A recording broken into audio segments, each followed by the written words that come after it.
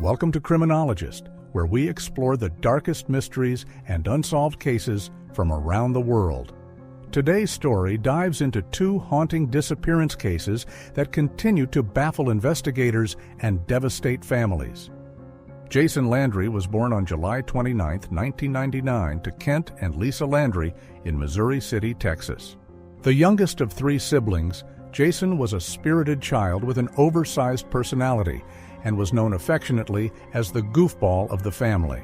His older siblings, Jessica and Kyle, could recount many stories starring Jason's wit, charisma, warmth, and unique charm. From a young age, Jason's love for music was apparent. He played the trombone in high school and enjoyed producing electronic music from home. He had dreams of pursuing a career in music production or the video game industry. He played multiple instruments and could often be found engrossed in audio equipment, sound software, or the creation of music. Jason was said to never take life too seriously.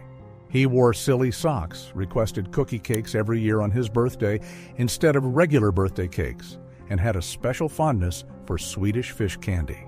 An animal lover and a nature enthusiast, Jason loved being outdoors.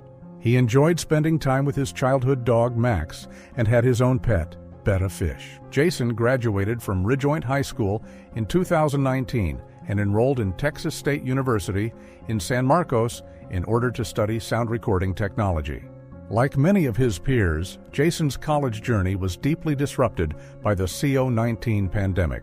Social interactions diminished, classes went online, and isolation began to take its toll on the college freshman. During the fall of 2020, Jason became increasingly withdrawn.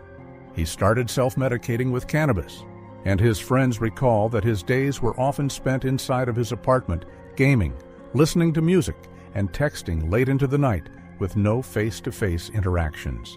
Still, Jason maintained close digital contact with his family. He FaceTimed his parents regularly and frequently sent his mom TikTok videos that he thought she would like. Despite his mental health struggles, Jason remained deeply connected to his geographical roots. He often made the 3-hour drive from San Marcos back to Missouri City to visit his family and to see Max, his beloved dog. No one in his inner circle could have known that one of these drives on December 13, 2020, would become the last confirmed moment of his life. That Sunday, Jason was preparing to head home for winter break. His finals were over and his school semester had ended. Surveillance footage showed him leaving his off-campus apartment at 10:55 p.m., wearing a white t-shirt, shorts, and flip-flops, and carrying his backpack. He drove away in his Nissan Altima with a water bottle tucked into the handle of the car door. A small detail that would later become symbolic of just how quickly his life changed. Between 11:05 and 11:12 p.m., Jason opened his Waze GPS app and began driving down Highway 80, passing underneath Interstate 35 and reaching Martindale, Texas. At 11:24 p.m., he closed Waze and opened Snapchat. Jason's phone connected to Snapchat near Luling, a small town about 30 miles from San Marcos. It's unclear why Jason took that route.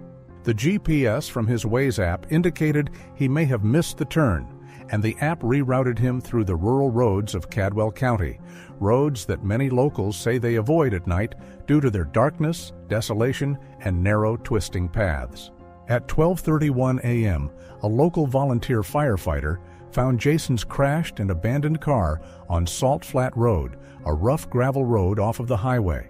He immediately notified the police. The car's lights, he noted, were still on, and the keys were in the ignition. The rear of the vehicle had hit a tree and spun out, facing the wrong direction. The damage was minimal. Airbags had not deployed, and a person could have walked away from the crash. And it seems someone did, as there was no sign of Jason.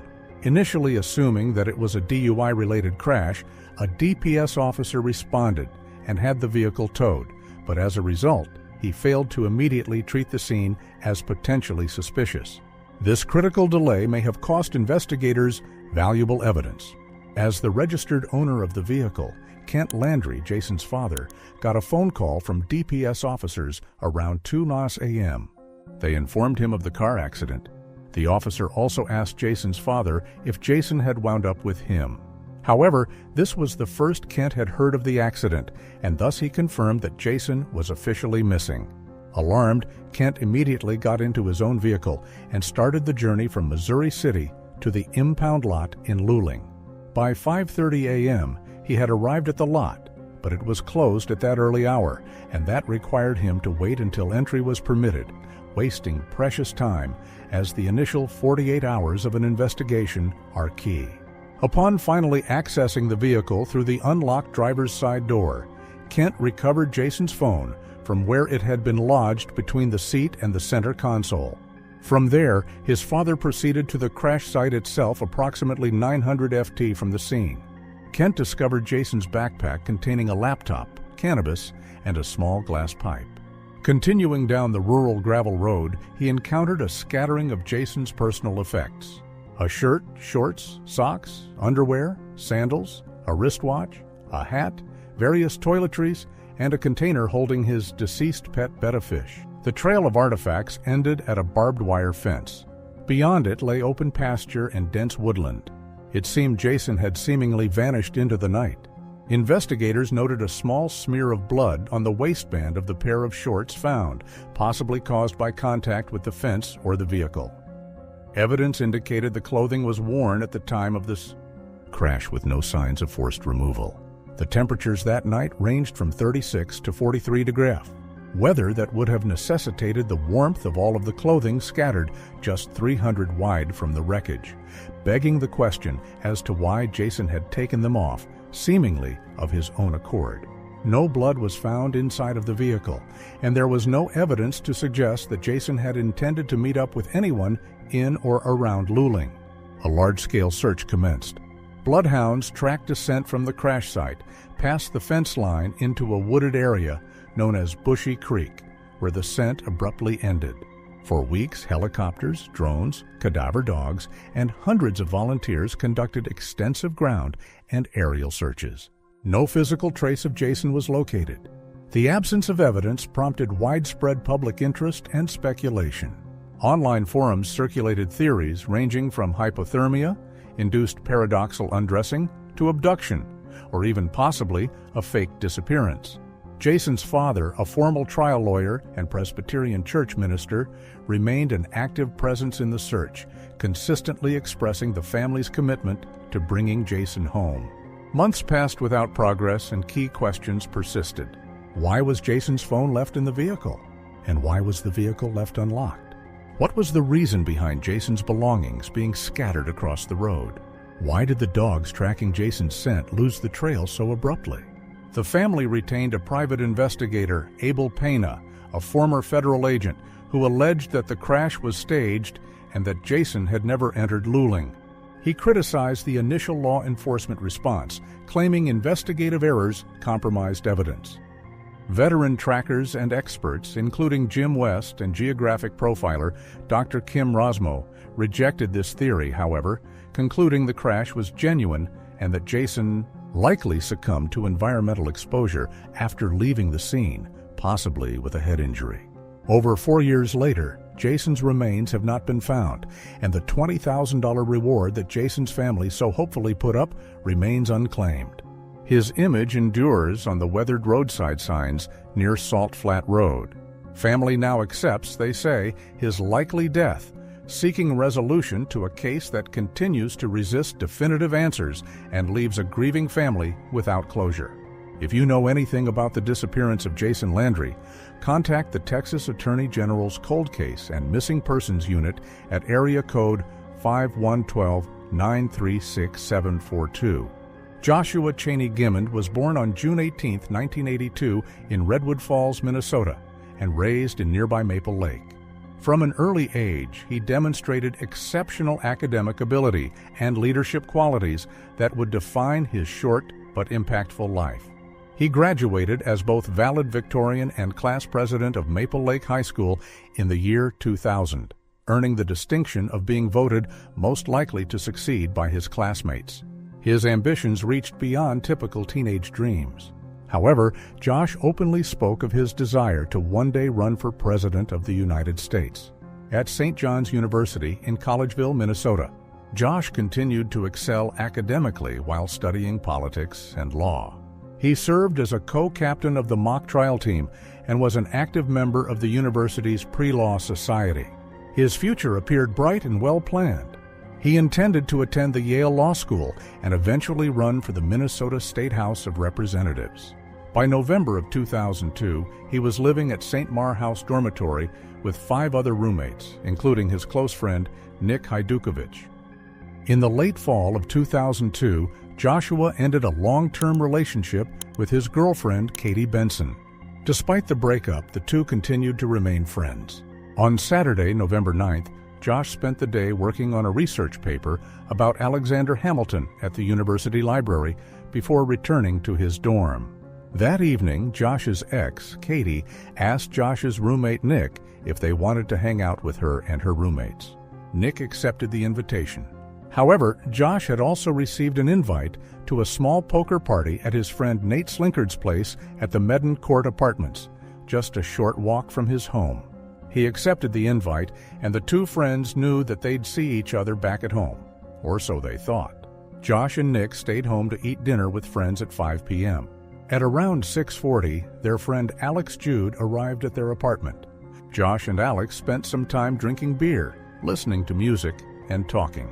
The same, Alex recalls, as they always did. At approximately 7 p.m., Nick left to meet Katie, saying goodbye to Josh for what would unknowingly be the last time. Later that night, at around 1:00 p.m., another friend, Greg Warden, Josh's former roommate, met with Josh and Alex at the St. Mare.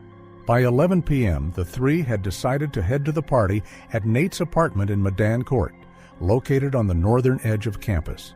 As Stump Lake cuts through the university campus, walking between Medden Court and St. Mar requires crossing a bridge along St. John's Road.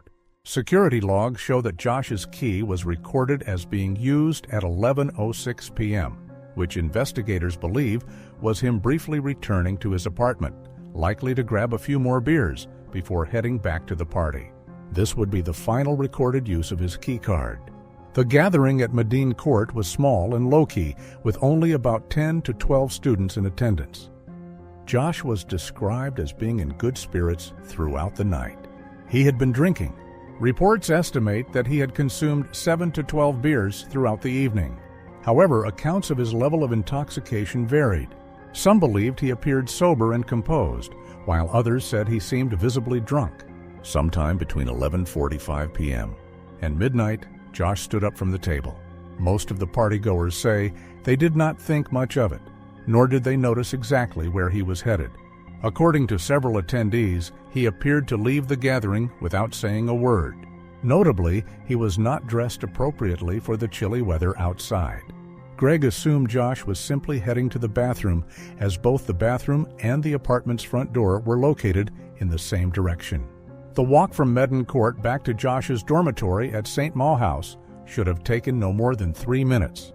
2 witnesses reported seeing a man matching Josh's description walking across a bridge near Stump Lake between 12:15 and 12:30 a.m. on November 10th. This sighting would prove to be the last confirmed observation of Josh. His friends say they assumed he had simply headed back to his dorm. However, when Josh failed to appear at a mock trial meeting on the afternoon of November 10th, his friends knew something was seriously wrong. By that evening, campus security had been notified, and Josh's parents received the alarming news that their son was missing. The search effort that followed was massive and comprehensive. The Stearns County Sheriff's Office led the investigation, which was assisted by the FBI, the Minnesota National Guard, the Minnesota Bureau of Criminal Apprehension, and a large amount of the worried public who shared Josh's parents' devastation and frustration at the fact that a student on their local college campus could seemingly disappear without a trace. More than 100 National Guard members joined at least 250 local volunteers in searching a 16-mile square area around the university. Helicopters equipped with infrared imaging scanned the terrain, while specialized dive teams and sonar technology were deployed to search Stump Lake and other nearby bodies of water. Authorities discovered that Josh's vehicle had remained parked on campus, apparently untouched. Inside his dorm room, his personal belongings were all accounted for. They noted that his AOL Instant Messenger account, a popular mode of communication in 2002, had not been accessed in roughly 12 hours. And in an unsettling detail, the detectives noticed that the television in his room was still turned on. Multiple bloodhound searches were conducted, with one professionally trained dog tracking Josh's scent to the bridge near Stump Lake, where his scent trail went cold. The initial theory proposed by law enforcement suggested that Josh, possibly intoxicated, had fallen into Stump Lake during his walk home. This theory was supported by the bloodhound trail that led to the lake's edge. However, despite the searchers having used divers, sonar technology, and underwater cameras, no trace of Josh was ever found in any of the campus or nearby waterways. Some say the most troubling aspect of the case involves Josh's roommate and close friend, Nick Hajdukovic. Nick had spent the evening of November 9th with Josh's ex-girlfriend, Katie Benson, at her apartment. However, significant discrepancies emerged in the timelines provided by Nick and Katie to investigators. Nick claimed that he had left Katie's apartment around 2:30 a.m. on November 10th, and his key card showed that he entered his and Josh's shared dormitory at 2:42 a.m. However, Katie stated that Nick had actually left her apartment much earlier, around 1 or 1:30 a.m. Given that the drive between locations was only 7 to 10 minutes, this discrepancy between the time Nick claimed he left Katie's apartment and the time his digital keycard was tracked as entering the dormitory was the sign of a typical drunken college night to some, but an investigatory red flag to others. If Nick had left around the time when Katie recalls him leaving, that meant that there were up to 90 minutes of unaccounted for time in Nick's alibi. Adding to the suspicion, fellow students reported hearing Nick and Josh arguing loudly the night before Josh's disappearance.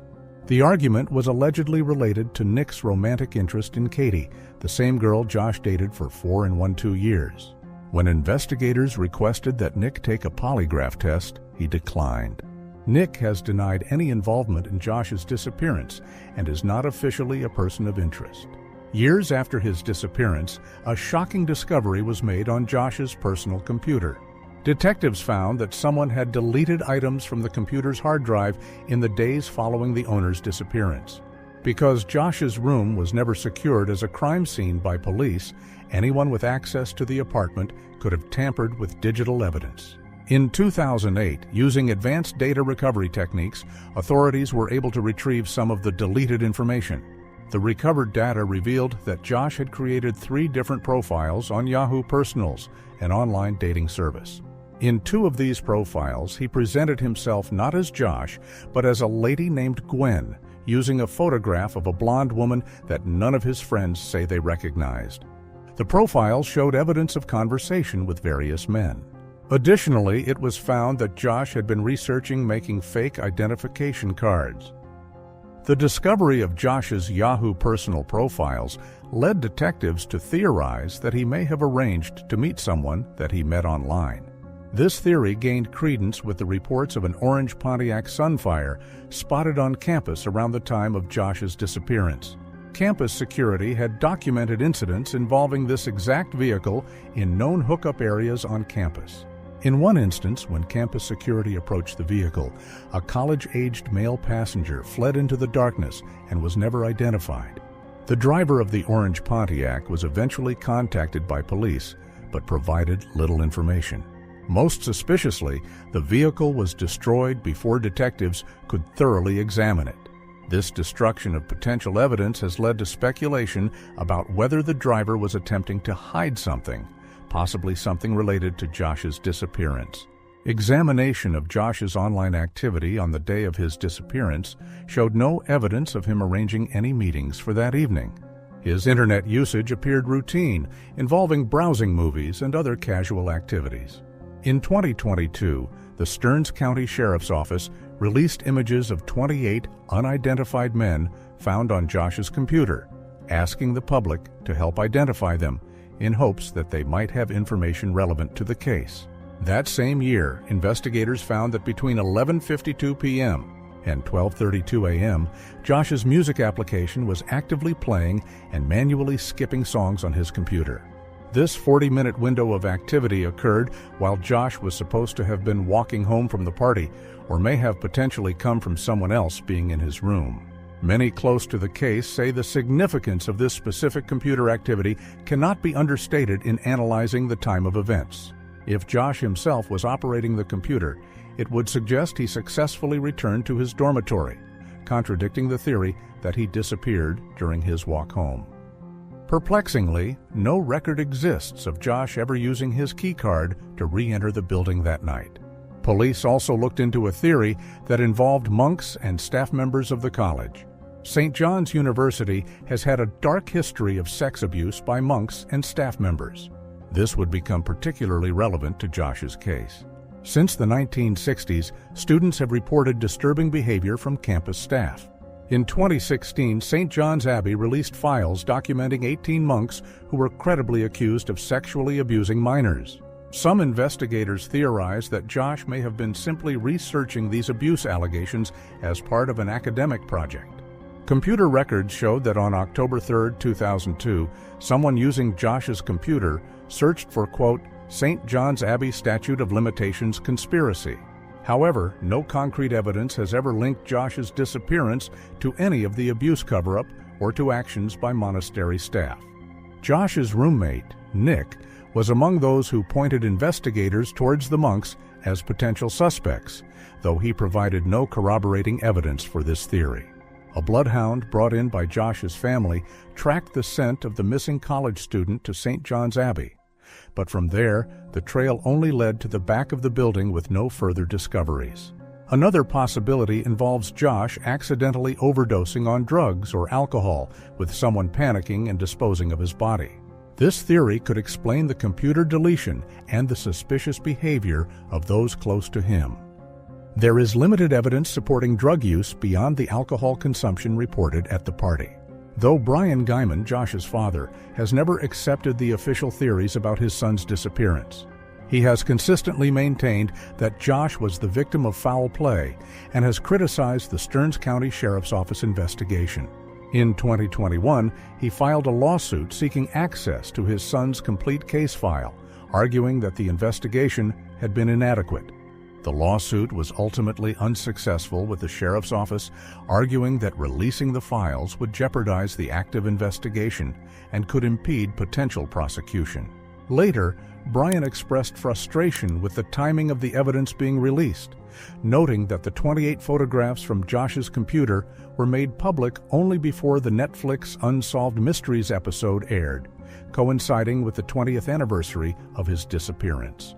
As of 2025, the Stearns County Sheriff's Office maintains that Josh's case is still open.